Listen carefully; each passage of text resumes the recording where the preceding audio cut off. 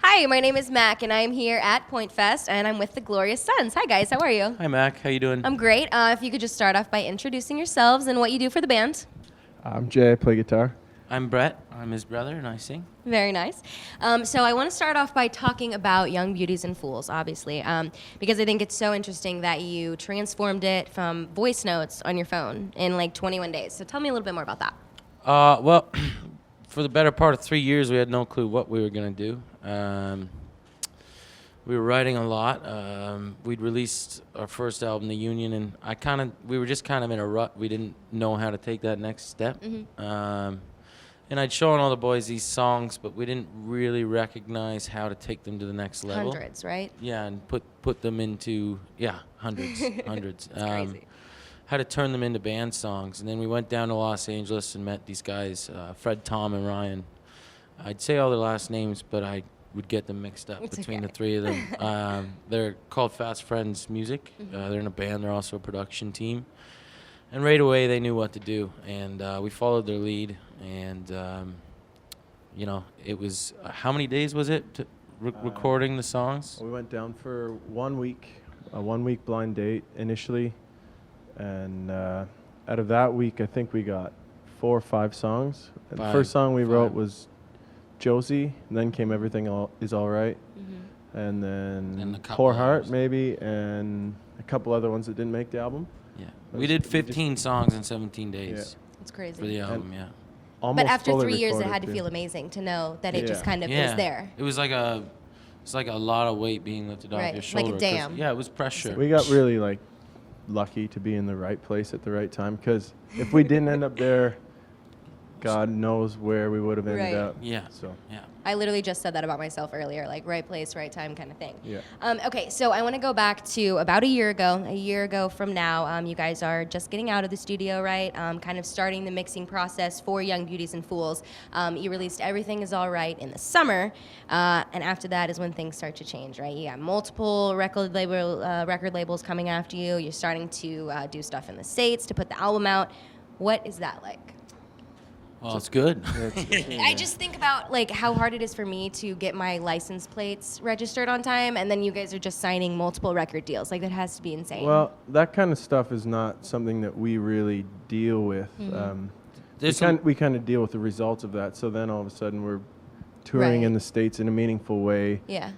We get to play things like Pointfest, mm-hmm. Multiple radio festivals, and 2 years ago we were begging to do these things, and now all of a sudden this whole different world's opened up to us, and you realize how much work it is, but you also realize the payoff at the end of the day is a tremendous thing. These things are always moving parts also behind the scenes. Like you have a team, you have an agent, you have a manager, you have a publicist, you have all these people to help you.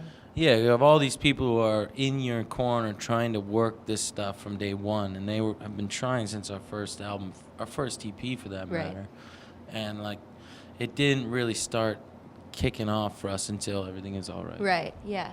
Okay, so after that, after you released Everything Is All Right and Young Beauties and Fools, you went on tour with Greta Van Fleet, right? Mm-hmm. So I want to know, is this time period, after the album's out, you're on tour, are you just basking in your success? Are you enjoying it all? Are you having the time of your life? We're working. Working. Yeah. The type of work that you love? Oh, yeah. Of course. Touring, writing, of course, but a lot of touring. We haven't seen home for a long period of time in the better part of 3 months, and it's not going to end anytime soon. So it's about getting on the highway and playing to as many people as possible. Right. Spreading the word and creating a family. Because you guys toured Canada a lot, right? 6 times. You said basking in the glory. That was the first time we got our first tour. We thought we made it. We were like, yeah, we're here, boys. We're playing to 60 people a night in Canada. Then we were loving it. But then you realize that after that, you got this long uphill climb. I think we had 4 or 5 years of basking in glory, and it kind of took a lot out of us. And now it's kind of more of a business kind of. Right. You grow up along. That's great. That's good though. So you kind of had that period, and then you came out of it. Yeah. Okay, That's what the whole album's I'm basking about, today. I'm basking today. You are basking in glory right now. Stressing me out.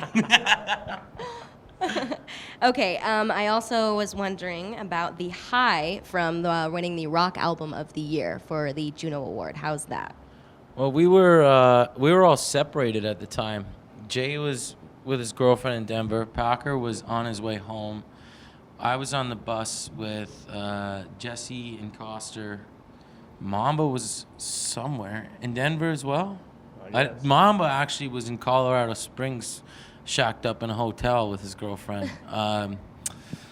And all we got was a message that said congratulations, and then we were like, wow, we must have won. And then our guitar tech started jumping and screaming and jumping all over the RV, and he was like, all my favorite bands have won Junos. And we were pretty excited, but I think, it didn't really change anything for us. Like, we'd been working, toward, I don't want to say bigger goals, because it is such an honor to have that bestowed upon you, but we've been working at this for a very long time, and there's no award that's gonna make me stop and just think like, oh wow, like we've done That was it. Yeah, Right. it is literally just a feather in the cap on the way to something that you hope is much bigger. That's great. You're trying to create a community. You're trying to create a huge community of people, and you try to speak from the biggest platform that you can possible. And It's not even decided by the fans. Like, it's the fans that It's really true. matter. Right. Like, it's Yeah. a bunch of industry people who we've never met. or have I don't know. Maybe. I don't know. Who cares? Yeah, Maybe. yeah. Yeah.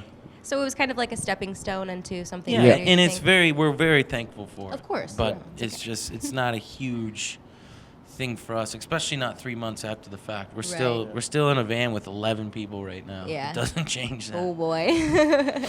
Okay, so you're in a van with 11 people. What's next? I know you have the tour with the Struts, maybe a couple festivals this summer. What else? Right? We got some big news. We're opening for the Rolling Stones In June 26th. France? Yeah. France. So that's probably the best thing That's absolutely that huge. has ever happened to me as a musician.